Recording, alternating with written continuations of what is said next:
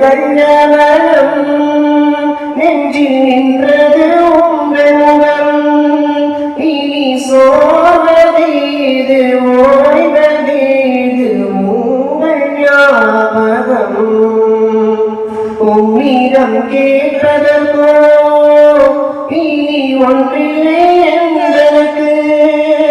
உங்கள் பாதல் தூசியான எனக்கு பெருமை வேறுண்டோ.